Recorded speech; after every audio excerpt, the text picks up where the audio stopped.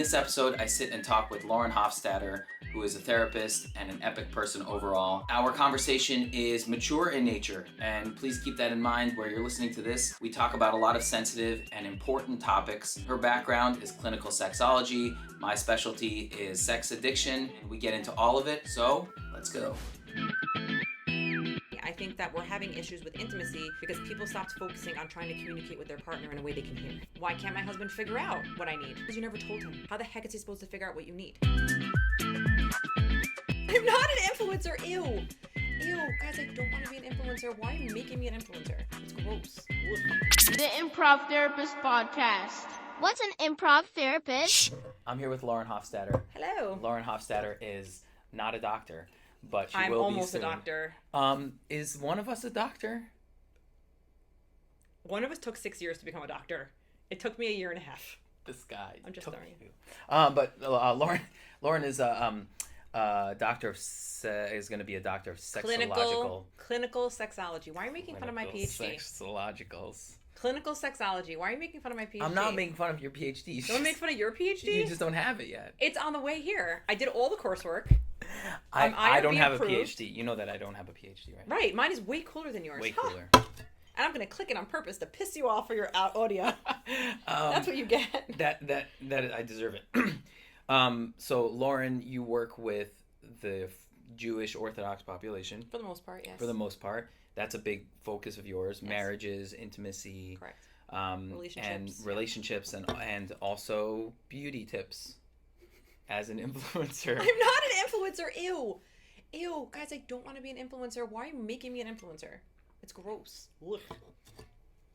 Unless I get free stuff. I told you. If I need tips on becoming an influencer? No, Botox. Yeah, I'll help you out. You help me? Okay. You're actually pretty... no, you have a little wrinkly. I have a little wrinkly. I mean, yeah, people have... Well, you know, it's funny. When you start doing Botox, you start noticing other people's wrinkles. Right. It's fine. It's kind of like... I don't know what it's like. It's not like anything. It's not like anything. It's just like... it's just a thing. Okay, so I wanted to have you on because first of all, you're bananas. You're nuts, and I'm nuts, and that's, I think... It's great. It's a vibe. I think that's why we became friends originally. Right? You saw me doing comedy at the therapist event, and we kind of knew of each other before then. Right. But your wife was my kid's teacher. That's right. My wife few of taught them. your kids, but we never met before that. I don't think, for real. I don't remember. I think. Oh, I know why we connected the first time. I was trying to join JCAF. Right. And Jewish, you weren't responding to me because you're disgusting. Because I'm bad at responding. And then I told Mati, I'm like, I'm gonna harass you until he responds. That's right. So do you need me to come to your house? And she was like, oh my god, I'll get him to respond. Yeah. And then you could be scared. And it was great. Right. So I was making fun of therapists at the therapist event, and then we kind of continued that after I finished my right, because you gave somebody an orchid, and it was disgusting because I should have gotten it as a clinical sexologist. Interesting. So So I'm just putting it out there. The clinical sexologist should be the one that gets the orchid. You always are putting stuff out there. Ha ha ha ha ha. While you drink your black coffee that looks like dirt in a bowl. It's delicious. It's disgusting. So today we're going to discuss some of the stuff you work on, and we do have a lot of overlap. Even though you're not a CSAT anymore, you should probably you should take that down. I should take it down? Yeah, you should. I'm going to edit this part out because it's not going to help me at all. Well, one of us is a certified sex therapist in this room. Yeah. One of us is. As a That's me. Hello. As a doctor, I will admit that I no longer hold a full CSAT license. You've been a doctor for 18 hours. Pause. Does it? I'm not gonna. 6 years. Does anybody need any doctoral attention? I'm glad. I think you should walk around wearing the stethoscope around your neck everywhere you go. Yeah. You should. You're right. So that way you confuse the hell out of people. That's right. Yes. That's right. I am a doctor, so. Meaning when family, not my family, my husband's family members share what I'm doing, they say I'm getting a doctorate in psychology. I'm like, not quite. Right. Definitely not quite. So we're going to talk about some of the clinical stuff. Also, I want to talk to you, even though you don't consider yourself an influencer, I do want to talk to you about your social media stuff. Okay. I have an inquiry about it. An inquiry? What Yes. is an inquiry? I thought you were going to say I have a mahalach about it. No, I don't.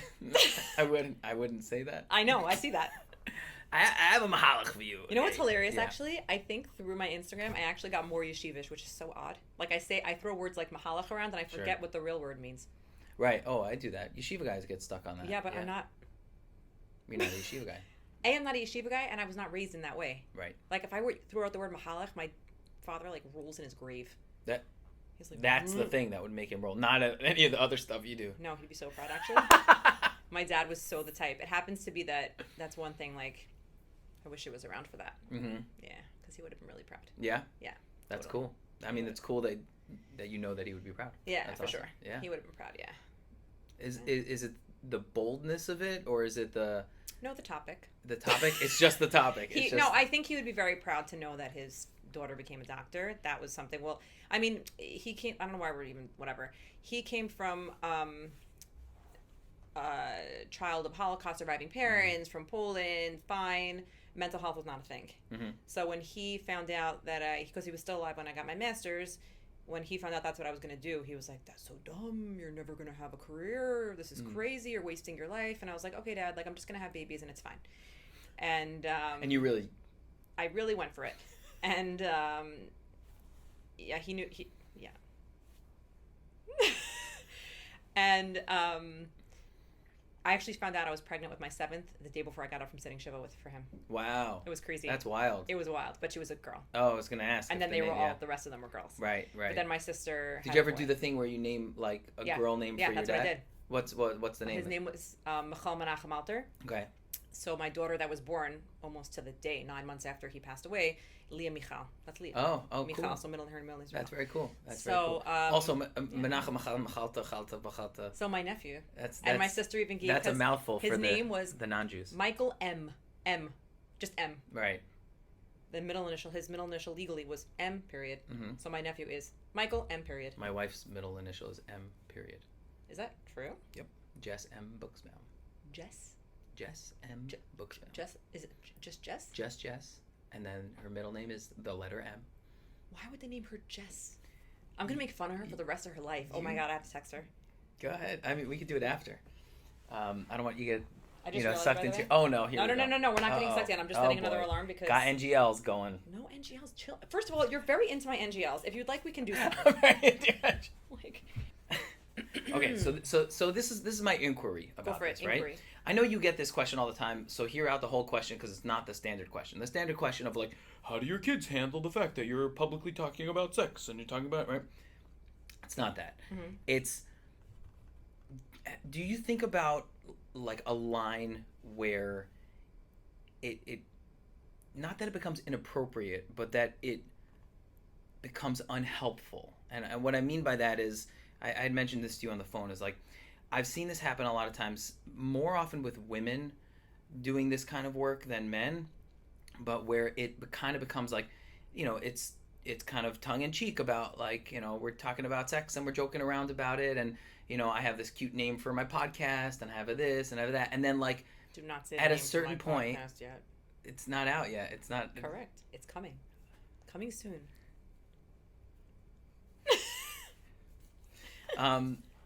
Do you think about that? Like, meaning I'm not talking about branding. I'm talking about... I do think about it, of course. I'm talking about, like, effectiveness, right? Because there's a line where, like, it becomes, like, either silly or off-putting, or even sometimes people are, drawn into it in a gratifying kind of way. Like, is that something you think about? 'Cause, of course, yeah.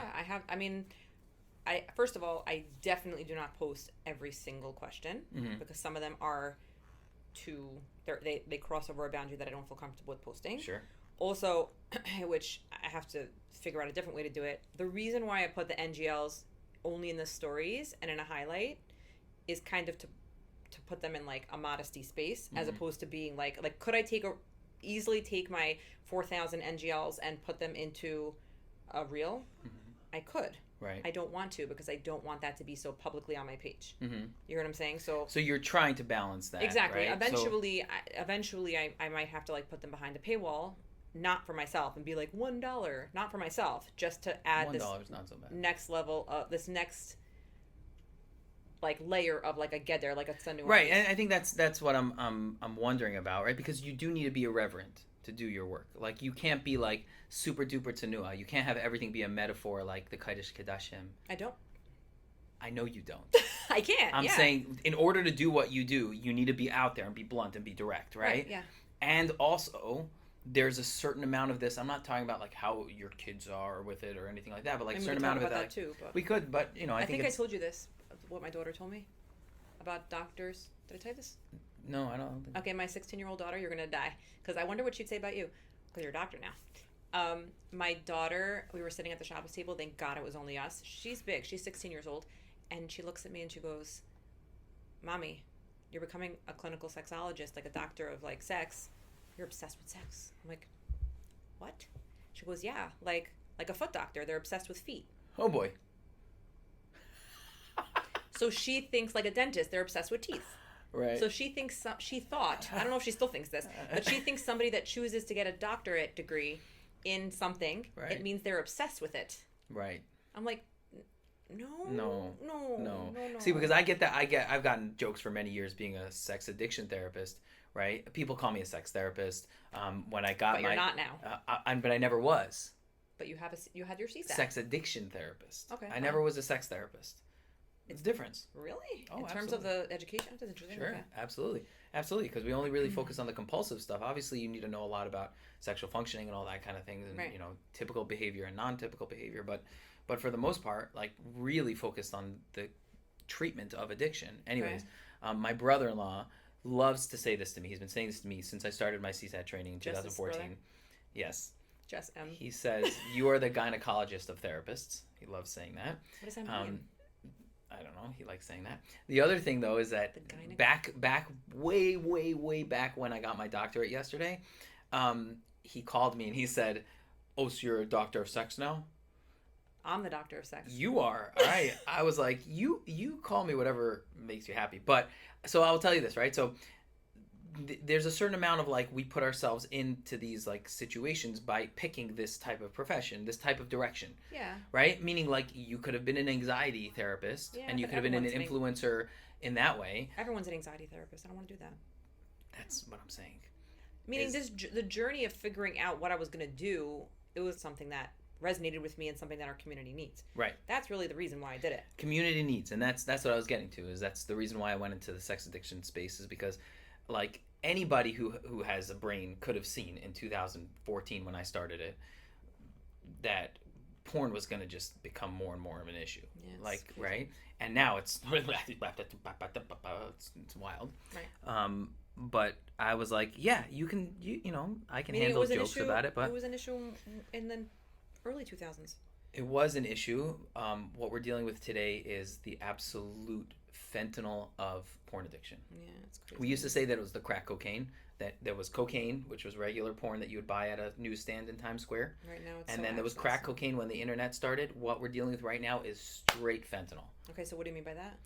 The intensity is not, we're not just concerned anymore about sexual influence.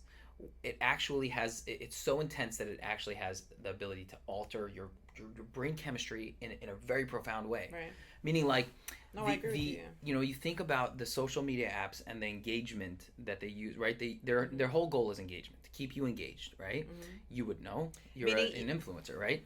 But think about, like that face is going to become a meme now. You're not allowed to meme me. You can't come on here and tell me I can't meme you. Well, you need to show me every single meme. Guys, like, ew. That was my favorite one. But which one was it from?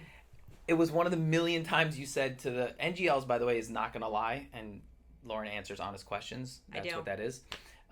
It was one of the million times that you had to give like stern rebuke to the. Oh, did you see the? Oh. to your people saying, "Don't ask me disgusting questions that are just for your own."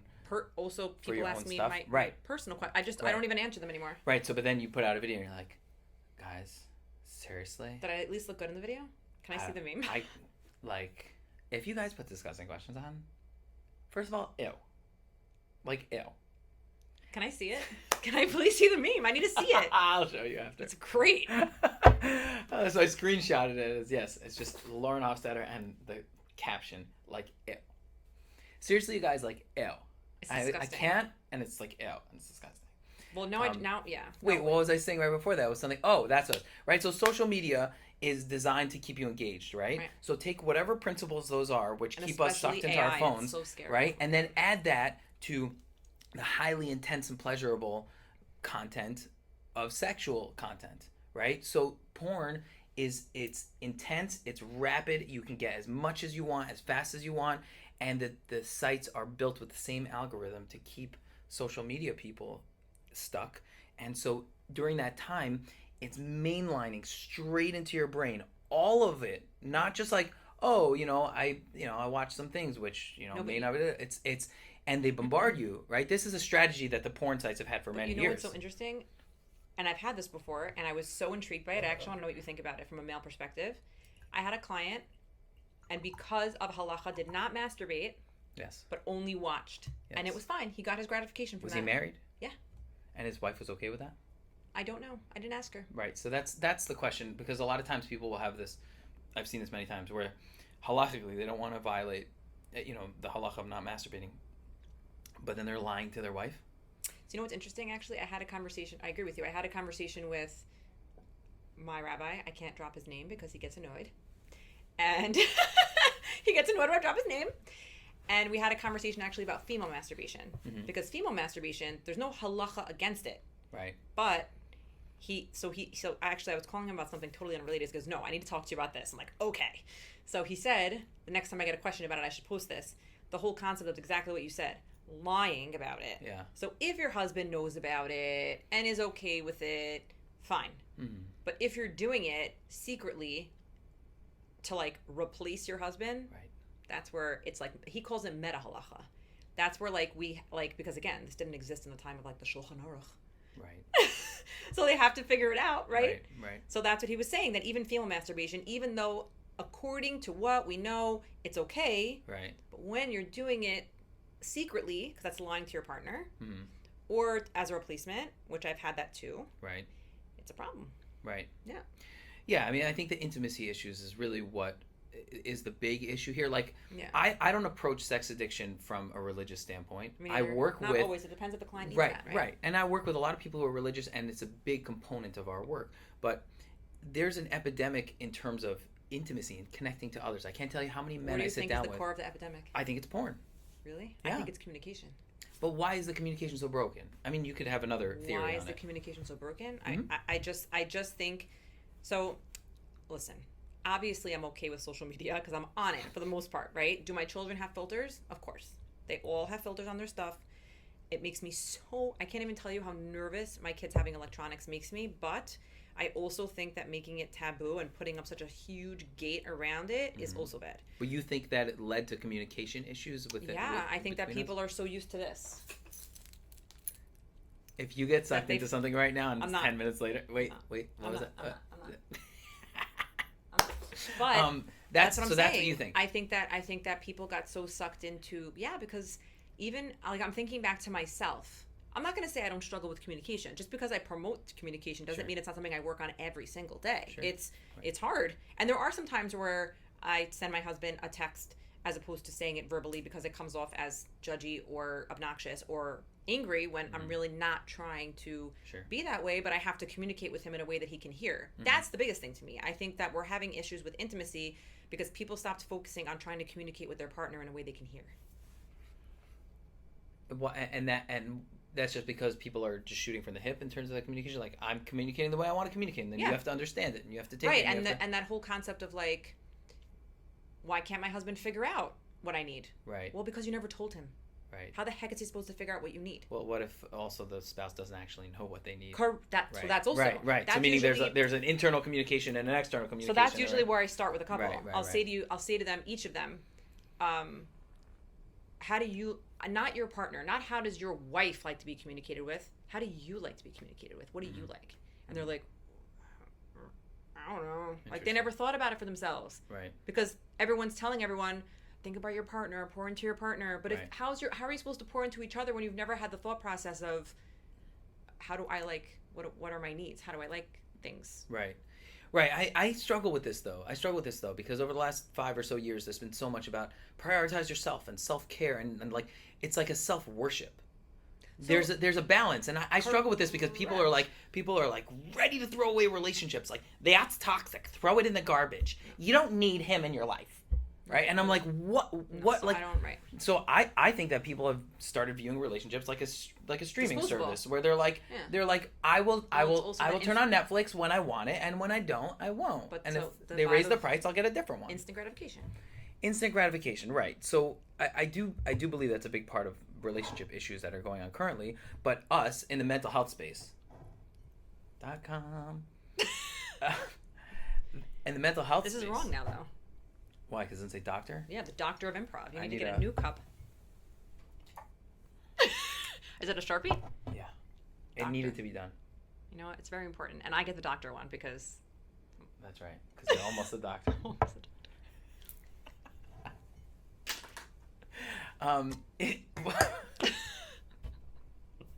Very good, very good. That's It's almost done. for. I got That's it. what it's there for. I mean, we've been going at this since 7 a.m. already. That's great. You ready for a second one? What was I saying? This is why we have a hard time communicating. both very- yeah, right. While I'm drinking We more need someone to coffee. blue light us. Yeah, right. That's right. See, this is why we need Yossi. He We blue need lights me. We need somebody. Right. Exactly. Stay on top. Like, even during my lives. Like, he'll post a comment. He'll join my live and just be like, ask a question, and then text me like, blue light! That's Light! amazing. That's I have amazing. to, because otherwise I'm like, I wish I had someone like that. well, you could. I could. It's like I'm driving a car, but I'm like, sorry. We were saying about communication, right? Oh, Yes. so and Porn, relationships, right? communication. And therapists, right? Us in the therapist community, right? I think that we have tremendous responsibility, and that's why I criticize, but in like a light and fun kind of way. But I criticize therapists a lot, myself included, right? Because we do get excited about ideas, and we do get sucked into trends, and then all of a sudden we might be pushing something on, let's say large groups of people without understanding the nuances there So anymore. that's why I have to be so careful. You have to be, yeah. So I mentioned to you, I'm doing something with somebody about the concept of polarity, like male, female, dynamic, and femininity and masculinity. And he had contacted me months and months ago just to have a call. And he's talking to me, and I'm like, something about it did not resonate with me. Sure. And I was like, dude, like, sounds great. It's not for me right now. Mm-hmm. But now it is. Meaning now it's coming up So more and meaning more you and felt more. like you couldn't deliver a clear message from there? Correct. With him, I didn't feel like I could. Even though, do I agree with the concept of, we talked about this, agree with the concept of like every person having a certain amount of masculine and feminine energy and having a balance in a relationship? Right. Yes. Right.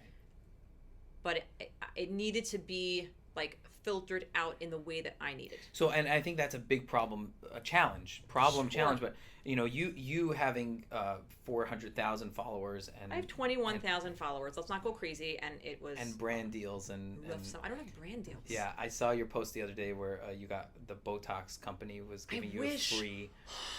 If we could get Botox, it's called Botox. Botox, it's not Dysport. Whichever one I use to sponsor me, Sure. I'd be so down. Let's work on it because this podcast has a huge reach. 10,000 followers. 10,000 followers. That's Subscribers, right. 10,000 subscribers for the 10,000 Doctor of subscribers. Improv. That's right.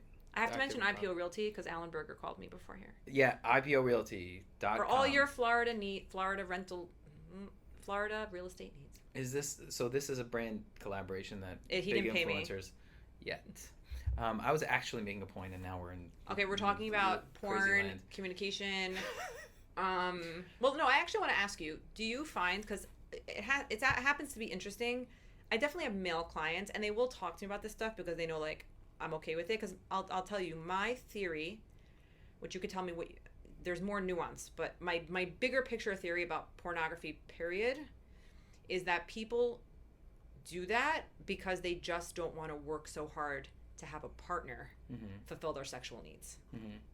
What do you think? Well, yes, but it's intimacy needs, which is really the issue. Well, that too. Right? They know they don't but want to meaning- have to be intimate with someone. but They don't want to meaning- worry about another person. Meaning, like, in the world today, right, we have the ability to get sexual gratification without the challenges of developing the intimacy part, right? Correct. Meaning the masculine feminine thing, right? So men naturally, and you could disagree, not you, but people could disagree with me on this or whatever, but men naturally pursue women, and women naturally need to protect, right? And I was just thinking, Hold on, because I'm cooking. One second. Ben Shapiro. Ben Shapiro. He should come in. Okay. We should have him right here.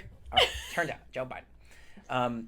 So meaning men naturally pursue right? And even physically, I mean, you can think about how the male, right? Males physically are trying to pursue something, and females are then the protectors of themselves. Meaning, physically, men are typically bigger than women. They're more powerful physically than women, right? Mm-hmm. And so, men going around pursuing women, women are there going, I will decide whether I let you into my world or not. Right? Okay. That's basic humanity. Meaning Correct. that's the way that it should be. Correct. Right? And so what that ends up doing is it forces the man to then have to utilize and expand parts of himself in order to get this thing that he wants. Right? Mm-hmm. And then this is the beauty of humanity. It's the beauty of relationships. Is that the man and the woman both have to expand themselves in order to get the initial desire. Right, like the initial desire drives you towards each other, but then in order to really get that, you have to expand. You have to, okay, this is not what I usually do, right? And so part of that is like the old school male pursuing the girl at the ice cream parlor or at the YMCA, and she's going, this is like my wife's grandparents. Irving used to come to the YMCA and he would try to exercise next to me. So cute. And I would say, yeah, get out of here, you Irving. Get out of here. And he would do it every single every single day. He would right. And that was my wife's grandparents. That he was just trying to like flex in front of her in the YMCA. He would like take a bus to the right. Like, how do we get back to that? And on the other side, my wife's other grandparents, he Do you pursued. have family? I'm just gonna throw that out. We're talking a lot about your wife and her family. Yeah, but they weren't so fun. They're not cool. I get it. No, they were there was. By the way, I'm just gonna drop a question and then finish your thought. What do you think? Because I get this so much. What do you think about the concept of sexually, let's in the bedroom, dudes wanting to be pursued? They want their wife to initiate. Okay, so I'm gonna come back. I'll come back Great. to that. But then Perfect. We should. You're interviewing. I'm interviewing you right after. We could have had a whiteboard here. That's true. We should. Well, no, I want the male perspective on this. Right. It's a like yeah. Right. So to shorten up my whole thing here, right, is that my wife's grandparents met, but then my wife's grandfather had to like really work hard. Yeah. To get this chick, right? And his working hard was initiated by the male visual sexual attraction, right? So he saw somebody, he's like, oh, that's a hot one, right? But then he had to, he couldn't just get what he want, like he couldn't get that urge filled right away. Mm-hmm. Nowadays, it's not even that, you even see somebody. It's not, I notice you, you notice me, and then we play the game a little bit, and then, right? It's like sexual gratification, right? Initiated, but done. Moving on. So people are not willing to invest in... Right, it becomes more disposable. Right? Exactly. And then they don't invest in relationships in general. And that's the reason why I say it's the fentanyl of porn, is because it's damaging the ability to relate to other people. Right. Everything's an object. So interesting, and like what popped in my head now, like the Juda crisis. Like I wonder if this is playing a role in that too. Yeah. This could like expand so huge. Yeah. No, I think it is a part of the Juda crisis. I think if we were honest in the frum community, and we really talked about porn and not in the like, some people never have an addiction and that they need to get out from the professional. Let's be honest about it. All right. Although you're a doctor, are you still going to keep doing that? Doing what? Impressions. Why would I stop? You're a doctor. I don't know. Dr. Improv. Every time we talk about it in the frum community, we have these very vague discussions about Facebook, Rabbi Science, Owl. So you should know, by the way, I think that porn. Right. And it's not an addiction thing all the time. Right. Men are attracted to sexual gratification at a young age. We all have access to the internet. Teenagers are watching porn, and they don't have addicts. Girls are too. Oh, 100%. I've seen that. No, but way more than I would like to admit. A lot. A tremendous amount. Admit it. This is a safe space. You could admit it. Really? For your 10,000 subscribers? Influencer. By the way, your eyebrows are moving, and that's why I need Botox. No, my eyebrows are part of my comedy. Are they? Well, your forehead's going to be... Sometimes... I can't stop looking at your forehead now. Sometimes a punchline is this. Yeah, I don't want that. See? Yeah, well, you can't do my punchline. I can't. That's right. Excellent. The male perspective on female pursuit. Yeah. So I hear this a lot, that guys in the bedroom want their wives to pursue them because they want to feel wanted. Mm-hmm. What do you think? Are you saying that it could be like indicative of an issue, or No, just the yeah. the Okay. concept. Yeah. No, I think it's very normal. I think it's very normal. I think so too. Meaning, I think that there should be. And a honestly, balance. I think it's. I don't even. Okay, I don't even know why it would be considered like strange at all or interesting at all, because the only reason why I would think that people would think that is because men are supposed to be like, oh, I'm pursuing everything. Hold on a second, all right? Men get really mad at me when I say this. Sex is emotional. It's always emotional. I'm sorry. If you want to tell me, no, sex is, I'm a man, and for women is... Screw that, okay? You know what's crazy? Through like my work, I've definitely noticed that men are really emotional beings. It's great. Yeah. But it's not. But like, it's interesting because I don't know if it's a Jewish Orthodox thing or if it's a societal thing. It's like embarrassing for them. Yeah. Yeah. Oh, it's a societal thing in general, but also it's not bad because masculine emotional is not supposed to be feminine emotional. And I push back on this online all the time with female therapists who experts in treating men. And I'm like, what makes you an expert in treating men other than the fact that you kind of sexualize all of your material and everybody clicks on your stuff because you're a female? I definitely don't feel like I specialize in men. No, I know. But it drives me crazy when women put out this like, men can be open with their emotions. Yeah, you don't know how men process emotions. Okay, lady? Like you can't relate. Because honestly, like sometimes men need to go into a garage and tinker with something and just grunt at a car or I mean I know tennis is like my grunting. And tennis specifically, I'll tell you, it is a controlled aggression. So different than, let's say, where you're like doing something like you're breaking something or you're like, you're boxing, which would still be controlled to a certain degree or whatever. There's something there, you need to be like fully aggressive and then finesse at the last second, right? Male emotional, I'm a very emotional person. Male emotional is not female emotional. Okay, so what's the difference? We process emotions very differently. Like, we don't need to be verbal in order to process our emotions. We go with anger first a lot of the time, and that's not a deficiency in society entirely. That's not, society made men this way. It's kind of like, I've thought about this in my opinion, it's kind of how like women cry a lot of times to be able to process emotions. Men can probably count on one hand how many times they've cried over the last 10 years, right?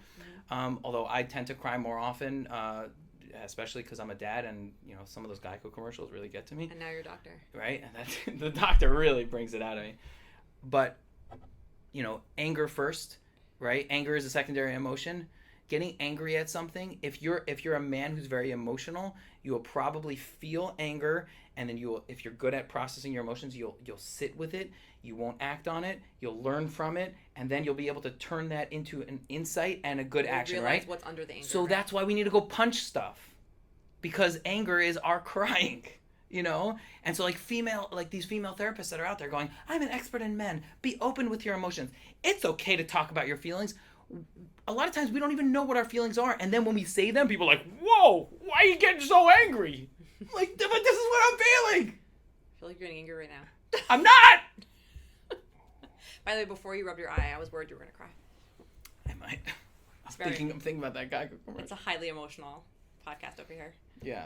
But so anyway, sex is emotional, right? And so right. For men too, it doesn't have to be female emotional, but men wanting to be pursued is a major part of sex.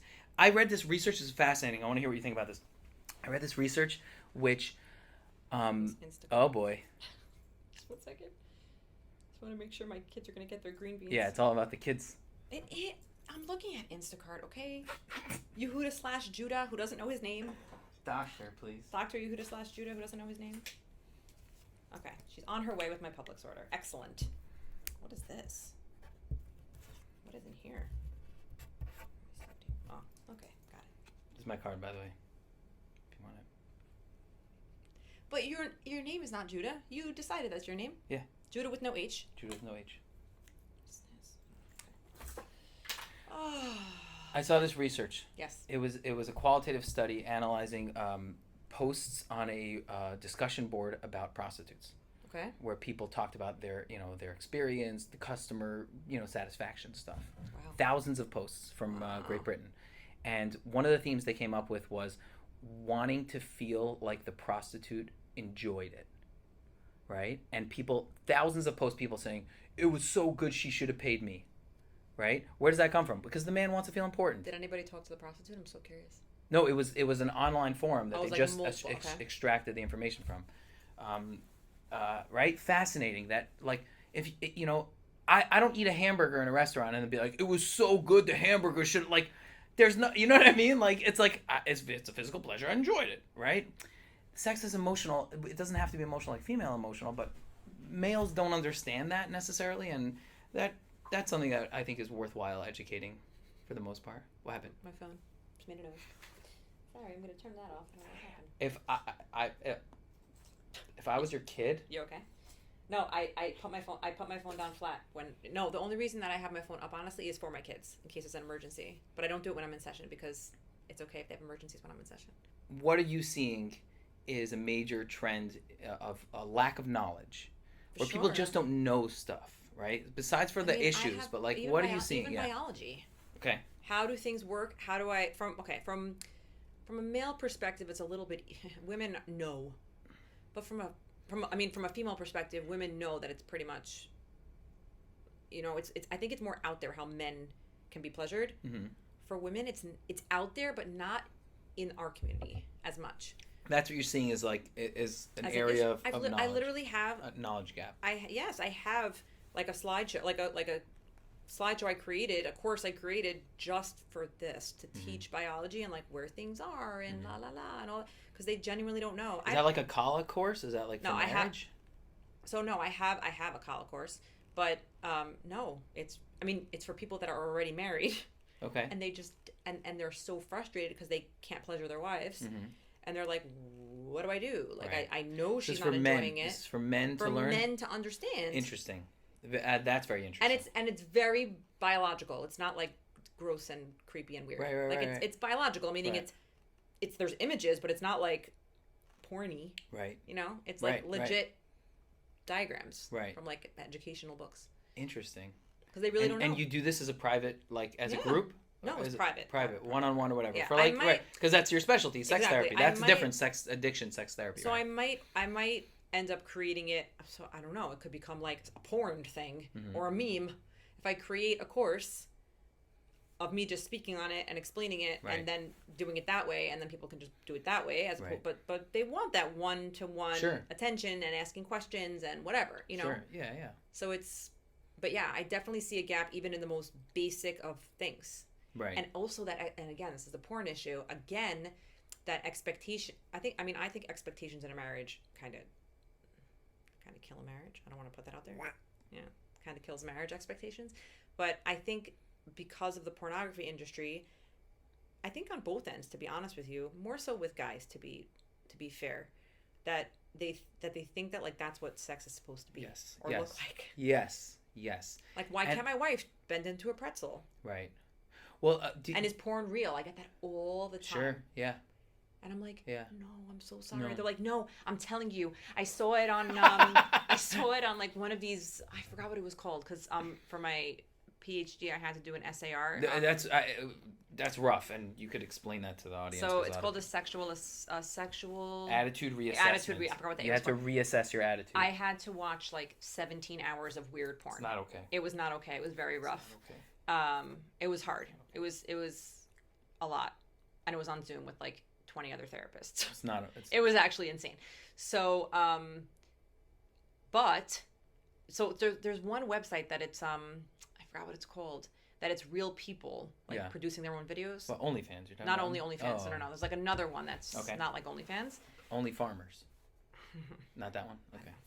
Basically, and so from that, people are like, "Oh yeah, like, can I be like really, really blunt right now?"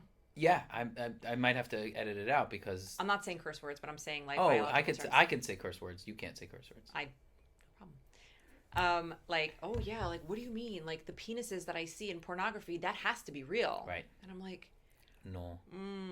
Also, like, and also like, I don't know if any real human beings that want something like that in their body. I want to say, I'm just throwing that out there. Like it doesn't fit. Yes, and this is just the total nerd I've thing that I had feel like I need to conversations with say. people, Yeah. Can my husband penetrate my cervix? Right. That's a real thing. I've had that conversation. Right. No. But Wait, what were you gonna say? Sorry. no. This is like it's like a nerd thing that I need to say, but I think it's important too, is that anything that looks really good on a video has a lot to do with lighting. I mean, lighting and AI and editing. And editing. Sure. Lighting and editing, and you don't Penis control. pumps? I don't know. But not even that. Meaning, like, a good photographer knows how to shade lighting, and balance it, and so like what you're seeing is enjoyable because it was created. It's fake. In a way to make the you. whole thing is fake. Meaning, even like even when you make content for online, you could have the most brilliant content, but if your video is kind of, then people are like, "Whoa, oh, I said shit. Woo! I'm sorry, you can't use this." He's taking out the S word. Whoops. Anyways, have you ever seen the TED Talk from a long time ago? It's an Israeli guy. It's called "Why I Stopped Watching Porn." No, I should watch that. That's really. It cool. is the best TED Talk. Can you just I'm sorry, Brene Brown. Please, I'll still listen to your playlists on Spotify. Who's Brene Brown? You don't know who Brene Brown is? Brene? Yeah. Brene? Yeah. With a B? You don't know who Brene Brown is? No, what the heck is Why are you laughing at me? Lauren Hoffstater doesn't know who Brene Brown Who is. is that? The vulnerability lady who was like courageous vulnerability. No, you know who I do know though? That lady on Instagram that promotes cervical orgasms. I forgot her name. I know her. Anna something. I don't know. But like I get her. People talk about her all the time, and I'm like, I just want to know what her like education is. Let me go back. I don't know what just happened. I don't know. I have to find her, but she has like 1 million followers. TED, it's ridiculous. This TED Talk, Talk, yeah, with Brene Brown, who I don't know. know. No, but not Brene Brown. The TED Talk with the Israeli guy. Why I Stopped Watching Porn. It's like from like 15 years ago. Go for it. Well, then I definitely haven't watched it. No, but it's not so well known, and I've showed it to a lot of people because he's a secular Israeli guy, and he just makes these really clear, logical points. Like, for example, you never see people laughing in porn. You never see that. Right? So he's like, when you're with somebody and you're having an intimate time with them, you might giggle a little bit. You might actually have something that's funny, right? You never ever see that. So then you think porn is the serious thing of like, brr. You think sex is like serious time, right? Another thing he said is like camera angles focus on genitals. Most of the time you don't actually see genitals. You don't see penetration because you can't. Right? So Can you imagine like, excuse me? Right, exactly. Right. So he just makes like a series of really logical points. Right. And for me, like I was saying before, we should have him on this podcast. Oh my God, I don't know what that guy's up to. I've never seen anything else from him, but his TED Talk was really. We should find him. Yeah, we should look him up. Definitely should look him up. But that's why I don't necessarily approach it from a religious standpoint. I don't ever. Because I'm like, from a religious standpoint if I don't need to. I'm like, you. Did anything I say come off as a religious standpoint? I mean, besides for the fact that I said Mahalach.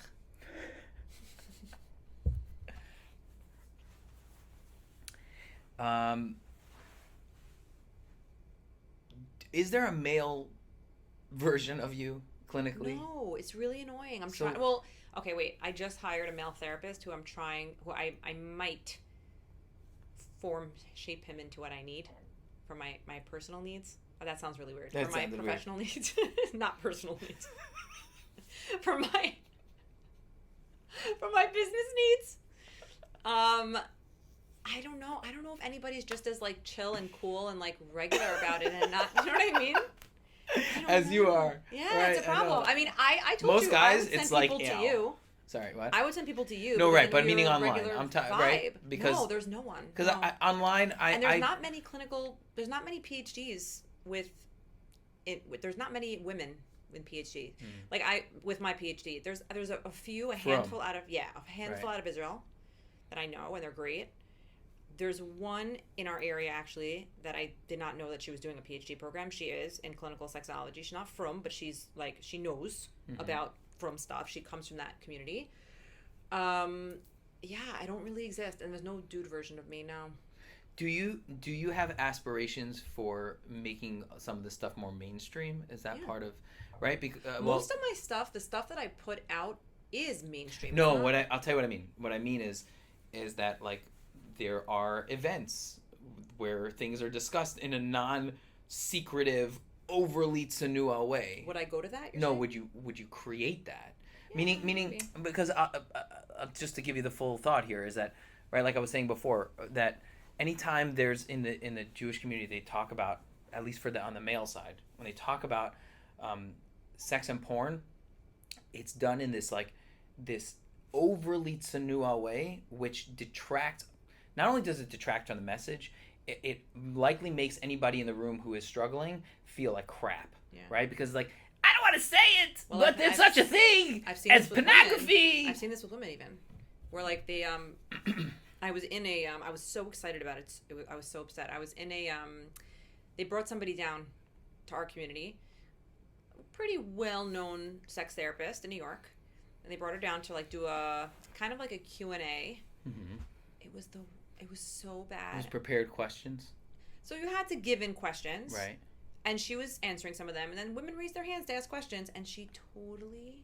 Oh, she didn't want to answer it. Not only did she not want to answer it, it was and they were not such crazy questions. It was birth control related, or this one was heartbreaking. And I just sat in the back. I didn't say a word, but it was heartbreaking for me. Somebody struggling with feelings of asexuality postpartum. Right.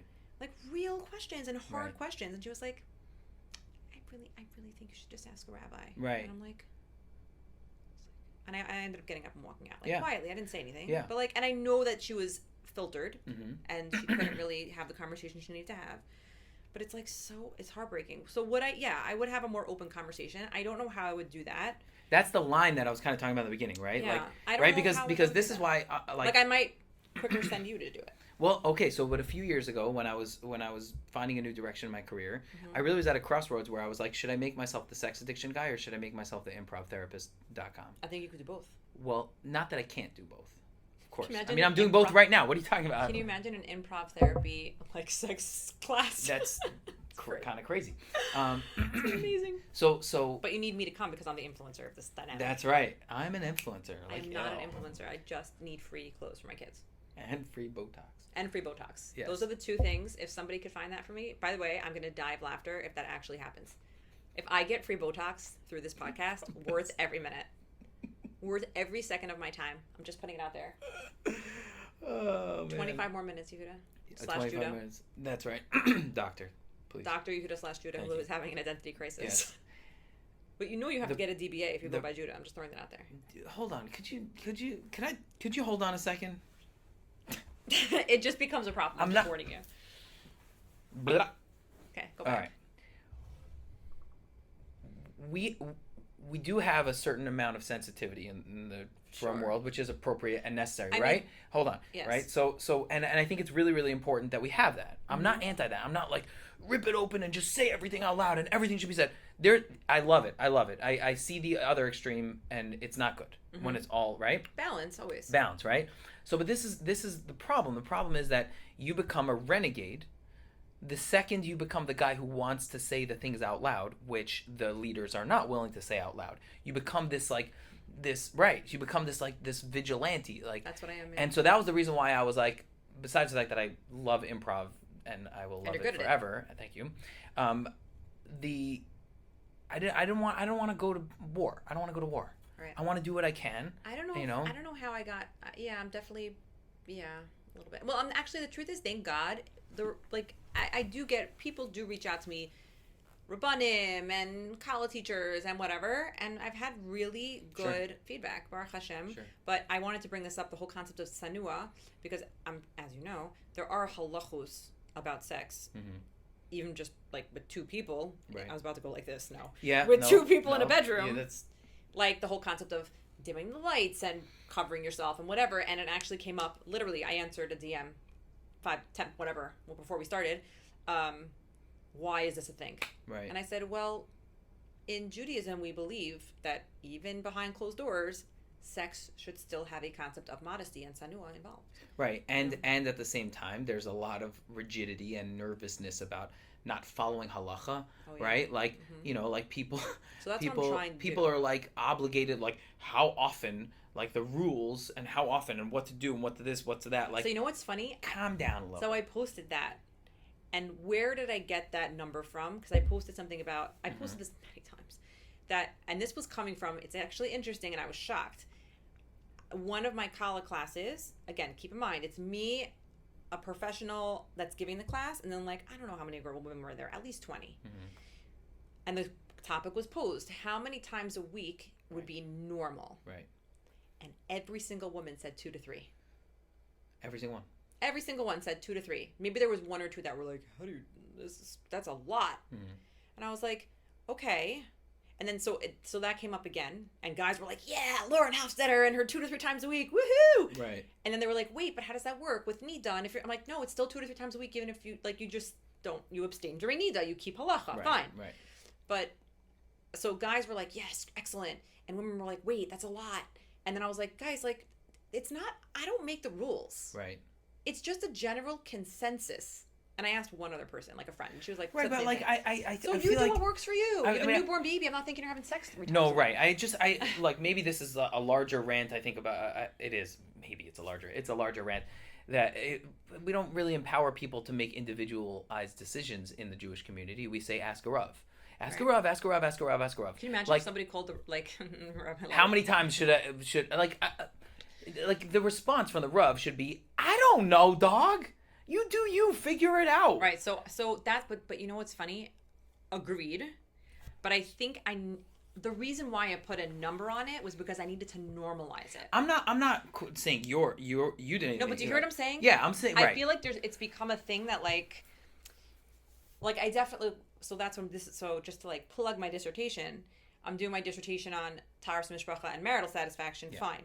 So it was almost to like that whole concept of women skipping their periods to not be in Nida. Right. And how that affects a marriage. Because if you're saying 2 to 3 times a week, 2 weeks out of the month, that to me sounds pretty okay.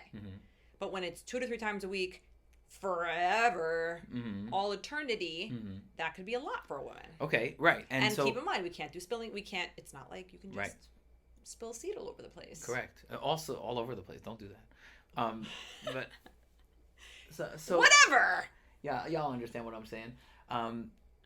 But like in terms of normalizing some of these conversations, because that's a really big thing, right? Because like I started out by asking you about, how you're basically enacting this mission, how you're bringing this forward, right? You're finding this line of being very, very honest and blunt. There are definitely times I feel like I'm stepping over a boundary and I pull myself back. It happens. Right. But a lot of this is it's mainstream. It's needed for the masses, right? But it's almost kind of done like in secret, because like tznius and secrecy are not the same thing. Correct. Right? And I feel like this is actually crystallizing something that I've ranted about for 20 minutes at a time, and really it's just one sentence, right? Is that we're talking about these issues in a secretive kind of way when we should be talking about them in a tsanua way. Correct. And we're not talking about them in a two. We're mixing those up. So what do you think it would look like to talk about it in a more tsanua way as opposed to secretive? I know in the male space, this is something I've rarely ever really heard from Rabbanim. I'm going to talk about porn. Oh, you know what? To everyone. No, but right? The rabbi who cannot be named, he does a course about it in shul. Is it secretive? No. Is it signing up? Do you have to sign? But do you have to sign up in a way of like you need a referral and you have to have a clinical issue? No, it's literally like it's here's about a porn. Link. It's about okay. Men. Okay. No. It's in person in shul. Oh, it's in person. 50 guys sitting there, and he's giving a shiur. When did this start? I don't know about this. I don't know when the last he calls it men up. I remember this. Yeah. It's mainstream conversations, meaning it's necessary. Correct. Right? But we have to do it in a way which we can, have it still be tsanua, right? And so on the male side, I put it in the center there. On the man side of things, there's a discomfort, I believe, and this is why my dissertation was therapist discomfort in the treatment of problematic pornogaphy use. Was it really? Yes. I did not know that. Yes, Good it was. for you. Okay, yes. so and that's Therapists why we want being to talk uncomfortable. about pornography. Got it. People are generally uncomfortable around the topic. For sure. And because it's taboo even in the mainstream world, I think. It's getting less taboo, which is a problem. But well, there's two extremes. There's either it's taboo or it's permissive and everybody should be allowed to do whatever they want. And they don't understand that there's negative consequences from it. I'm not judging the porn itself. I mean, I am, but like I'm not saying, it's religiously bad. I'm just like, dude, if you watch porn for 4 Right, hours and you could have gone to the gym, or you could have like hung out with your friends or something like You that, can like get a dopamine release. like go do something. Go do something with your life. Like, you don't want to die one day and your obituary said he watched a lot of porn. And that's just not a way to live, They just found you with your pants off. That's right. Oh, as a side point, do you remember the show 1,000 Ways to Die? Yes. There was an episode many years ago about a guy who collected thousands of porn videos in his basement, like before the internet. He had basically a blockbuster of porn in his basement, and he was down there for so long. Was it a rapist storm? Hold on. 1,000 Ways to Die. Remember the show, right? He was down there for so long that he got dehydrated, and then when he got dehydrated, he got disoriented. And then he couldn't find his way out of his own porn lair, and he circled and circled and circled until he died in his own porn blockbuster. And that was the moment I decided to become a sex addiction therapist. Oh my God. I'm saving people's lives. The only overdose on porn that ever existed. Are you sure? Maybe not. No, I don't. It's a common story. I mean, that's so insane. Isn't that crazy? I remember watching that episode when I was young, and I was like, "What? That's nuts." First of all, how old were you when you watched? I'm too young. Like, we're worrying about. Oh my God! You know what I actually watched when I was really young? It's actually really bad. Do you remember the movie The Crying Game? Yeah, but I've never seen it. Okay. So the way my parents had our setup was like TV in the middle, like a box TV, and we had like one of these pullouts with tons of videos there. Sure. And The Crying Game was in there, and my parents were out somewhere. I think I was with a babysitter. I remember it vaguely. You know what's about transvestites? Oh, I didn't know. I don't know what the movie is. Completely about pornography. Not pornography. Okay. About what I remember is about I just forgot the word. Prostitutes. There we go. And like a transvestite prostitute, like living his life. And I like watched it when I was like 9. And now we're here. And my parents were bugging out. And I was like, it's not like I didn't even understand why it was so bad. But like, why did my parents leave that in our videos with like our Disney, like Lady and the Tramp, and like also inappropriate. Lady and the Tramp's about dogs. Yeah, but there's the whole spaghetti. Two puppies with spaghetti, but like next to like Cinderella, and then Lady and the Tramp, and then Crying Game. Sure. I don't know. Yeah, that makes sense. So people are uncomfortable talking about porn. Correct. And from the male experience, there's a lot of people who are either deeply addicted and deeply ashamed, or are watching it and need to talk to someone about it, meaning that they're not addicted, right? And so the like beating around the bush that Rabbanim do. I went to an event and they talked about Facebook the entire time. This is like 6-7 years ago, but they're like, you know how many divorces come from Facebook? You're on Facebook all day. Because it opens up affairs, you're saying? No, because they try to talk about technology. But Facebook's not. I know it was already outdated at that point. Right, but meaning now OnlyFans is the problem. No, but they say but they'll go going on Instacart all the time. You're going on TikToks. What are you doing? Porn is the issue. There's an issue with other social media, sure, but if you're getting a room full of men together, be honest about it. So I think a lot of Rabbanim don't understand because maybe they personally have never actually gone into that area, or they don't know what like the rest of the world is like. I'm sorry to go off on another mini rant here, but like Rabbanim who went to yeshiva and then base measures and kollel and got smicha and then now they're rav of a shul. What about regular dudes that have that? Meaning did all the things and did not become a rabbi of a shul. Fine. Right. So they don't know. There's a lot of men who need to talk about it. Right. And so here's my problem. So I agree with you. I'm comfortable with it, but then it becomes a boundary of like, and this sounds very, very like I'm full of myself, but I'm not. I'm worried about like transference from the guy. Well, that was a part of my study actually. Yeah, so I'm worried. That was a part of my study. That was one of the findings that emerged. That they have transference. Female clinicians struggle with talking about pornography with men because of erotic transference. Okay, so yeah, it's a real thing. Do you know how many people in my DMs have tried to solicit me? I can only imagine. I have 10 children. I don't know why anybody other than my husband would want to know. I don't know why you think 10 children is going to make someone not solicit you. They came out of my body. That's not how it works. Why not? That's not how solicitation works. Why not? Why not? Ew, ew, ew, ew, ew, ew, ew. That is the reality of it. I knew that. I could have said that a million miles away. So that's my problem. So typically when I work with men, it's only over Zoom. Right. I don't really see them in person. Worse. No, I've had situations where I had not Jewish, men that struggle with sexual inhibition, impulsivity, try to take their clothes off in my office. Yep. Mm-hmm. Mm-hmm. No, but I know. yeah, it was. I know. Yeah. Yeah, so I had to I've counseled a lot of female therapists on being more aware of this stuff because I treat sex addiction. I know sexual compulsive behavior. I know what it looks like. I'm like, dude, you gotta be more careful with what is happening on the other side of that Zoom. You cannot meet with a client. Right. It has happened They're before. masturbating like on the Zoom. Yes. Oh no, I'm not stupid. I make them show me who they are. I'm not an idiot. I'm not saying you're an idiot, but I am saying that Like they're there not have been times. that they were literally doing that. Yes.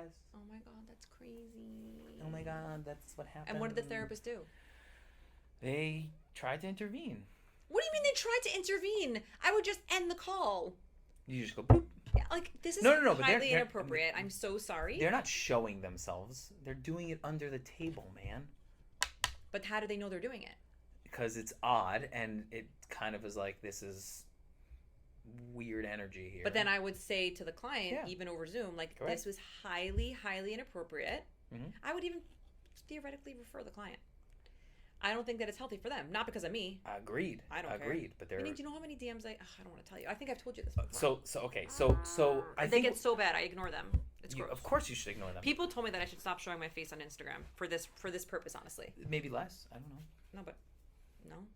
Like, Meaning ew. I'm not like ew, but I'm my brand. I am the brand. Right.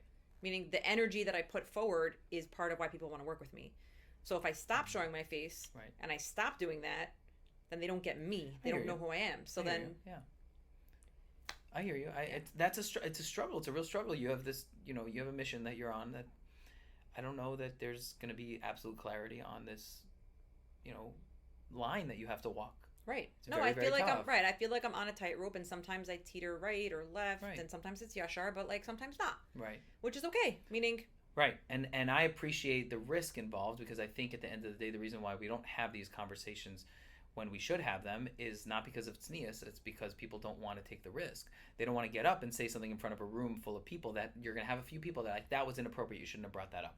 And I hear that. And I hear that to a certain degree. I also think that if you have taken a leadership role, and you are aware of a massive problem, then you need to take that risk. You need to get up there and you need to say stuff But about you it. know You what can't I beat would around the bush. probably do? I don't want to hear a pre-Yom Kippur speech about how you're supposed to learn more Mishnayos every single day when 80% of the men in the room have watched porn within the last 3 weeks. right. You know what I would probably do? I'll be honest with you. I probably would do it with you. Like with a dude Right. in the room, because I think that might make it more Absolutely. appropriate. Absolutely. And like, right. And then they get the male and the female perspective and the understanding. But yeah, it would, if I would end up doing something like that, it would be a very frank conversation. Right. It would not be saying like OnlyFans and putting a star in the N. Right. You know what I mean? Right. I would just like say it. Right. Like that's why it's interesting. That's why I think I'm working on it. But that's why I think I wasn't verified on Instagram, because I don't do that. You don't censor it. Or I don't whatever, censor right? anything on my stories. Right. We're working on it, but I think that part of it is not censoring it, and part of it is just saying the word. Like, you know how many people, this is not so censorship-ish, but people when they write sexual abuse, if they've been sexually abused, they write essay. So Right. I know what essay is. Right. But you know how many DMs I got? Like, what's essay? What's essay? But what's also, essay? sex addiction is essay. Right. So Right, so and in that, so you have to read the That's question very in confusing. context. Right. Yeah.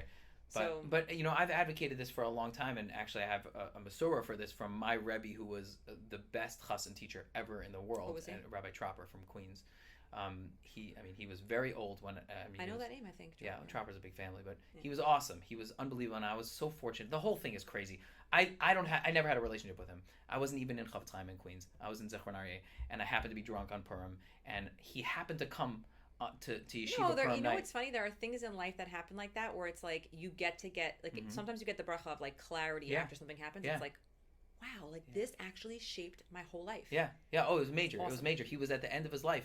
He was a very, very unhealthy person physically for a very long time, and he just, for some reason, came to Purim night, and for some reason he was there, and I was drunk, and I started ranting to him about all the things I was upset about the yeshiva system and that, and he was like, you need to come talk to me after Purim. And I was like, okay, let's do this. He was such a cool dude. when I met with him, he was like, I hear all your gripes about the yeshiva system, but maybe I'm okay. He was like, maybe I'm cool. And I was like, I was disgusting. I really was disgusting. I said to him, like, listen, I appreciate it. But that's probably why you were, what the heck? Why is it beeping? I said to him, this is like a big moment for me. Sorry, Mom, come on. No, but why did it beep? It was on silent. That was mine. What the hell? And then you're yelling at me? I didn't yell at you. Judah with no H? I was just harsh Okay, about keep it. going. I was disgusting to him. I said to him, thank you so much, but I'm not looking for another Rebbe right now. I've had enough of them already. And he was like... But you were engaged at this point? No. Okay. It was like a year before I was engaged. Okay. He was like, I hear you. If you want to give me a chance, give me a chance. We ended up hanging out 10 times probably. I drove him to Brooklyn to buy a suit at one point. You ended up becoming his shaliach. I did. Not shaliach. And what's the word when you're the driver? I forgot the word. Driver? I don't know. No, but there was a fancy... His shamish. It became his shamish. That's what it is. Yeah. You were some guy. And I was one of the last people to get chassan classes from him. And his philosophy, which he had spoken out loud many times, but it was clear in the chassan classes too, was if you say things in a stuttering, nervous kind of way when you're talking about sex, you make people feel uncomfortable, and then you don't give them the proper message because you're basically saying this topic is one that should be uncomfortable. Right. So he was like, if you're going to say penis, say penis. If you're going to say, you say it, right? And I've had this debate with a lot of people. But with adults, obviously. Yeah, that's what he was talking about. I get that a lot. Like in the. But how many chassan classes and kala classes are like, when you enter the Kodesh Kodashim? Right. No, I hear you. No, but I'm thinking from the child perspective. Oh yes. I get that a lot. No, but I get that a lot from people that you should use the correct anatomical terms. I don't want my kindergarten daughter to be walking around saying vagina. Right. I'm sorry. I don't necessarily agree with that. You have to be treat your kids like an adult. I don't like that. I don't know. That I'm not a fan of either. But right. Be honest about it. Don't be nervous and stuttering around that it's some sort of thing that you're not supposed to say. I agree. You're at certain times you're supposed to say it, and when you say it, say it. It's interesting because even when it comes from a Rav, I feel like dudes are squirming around. Well, because they're uncomfortable. No, but you should know the Rebbitzin of our community cannot be named. Did some kind of course, a 3-part course in somebody's house, different people's houses, talking about this type of stuff. Mm-hmm. I went to one because it was in my neighbor's house. Mm-hmm. I walked out. It was the most uncomfortable conversation. And not only that, I don't want to know what's going on in other people's bedrooms. Right. No, thank you. Right. And that's the fine line of it, is that it could get uncomfortable very quickly for some people, right? And too much honesty is uncomfortable too. I wouldn't do a group of 50. Right. I would very potentially do a group of 5, right. And maybe people that don't really know each other. So here's what I'm advocating for. Okay. Right. I've been advocating this for a long time, and I get a lot of pushback whenever I bring this up. Rabbanim should stop saying the word pornography. They should say the word porn. Because it's more like a... Nobody says pornography. Nobody uses that word. Right. So you're doing it b'lashon naki. You're alienating people because nobody goes to pornography.org. But they will go to robotshidduchim.org. 1 second. But call it what it is. Stop being there's something in the world, pornography. But do you think also... Stop! But it's even interesting because it's funny. I think they do that even with the word social media. Right. Just say Instagram. Right. Say Instagram. Facebook's not a thing anymore. Say Instagram. Right. It's okay. Right. Say TikTok. Say Instagram. Correct. Right. It's so interesting though. I kind of feel like a grandma with this stuff because I don't know how to TikTok. I don't know. I asked my daughter, my oldest daughter. You're the worst influencer ever. That's why I'm not an influencer. I asked my daughter, my oldest, I'm because she does all these cute TikTok things. Sure. Oh yeah. La la la. I'm can you teach me how to TikTok? And she's like, hard pass, mommy. Absolutely not. But the truth is, I don't want to be a TikToker. That's not my goal. That's not going to help my message go forward. That's not going to help me with anything. Right. But it's cute. But yeah, I don't know how to TikTok, and I feel like a grandma. But don't you feel like a grandma too? Instagramma. That's what. Instagramma. There we go. That's the Instagramma. The Bobby of Instagram. That's right. That's it. right. There we go. I don't think listen, I don't think that there's one answer to it, but no. I'm definitely appreciative of your mission with it. Thank you. And I think it's a good conversation to have about how do we have the conversations without it crossing into an inappropriate space, but without us holding back so much. What's interesting? It's interesting to me because I think that if there would be a collaboration, meaning if we would do it from an improv-y space where it's a little bit more relaxed, it might be taken better. It could be. I was just thinking swallowed, but that sounds really weird. Oh. like it might be more palatable to people. That's a better word. Yeah. When it's more, because it's less like rigid. Yeah. Yeah. Yeah. Honestly, like if you can make some jokes, but they don't have to be off-color jokes, that could go such a long way with it. Can you do that? Do you think you could do that? Absolutely. You could do non-color jokes? Oh yeah. Really? Absolutely. I don't know if you could do that, but it's okay. First of all of my comedy is very clean. You've never seen me make a dirty joke. I can tell you. Just mean jokes. Mean? Only when you hire me for your husband's birthday party. That's the only time I make mean jokes. It was so good. Thanks for coming, Lauren. This was awesome.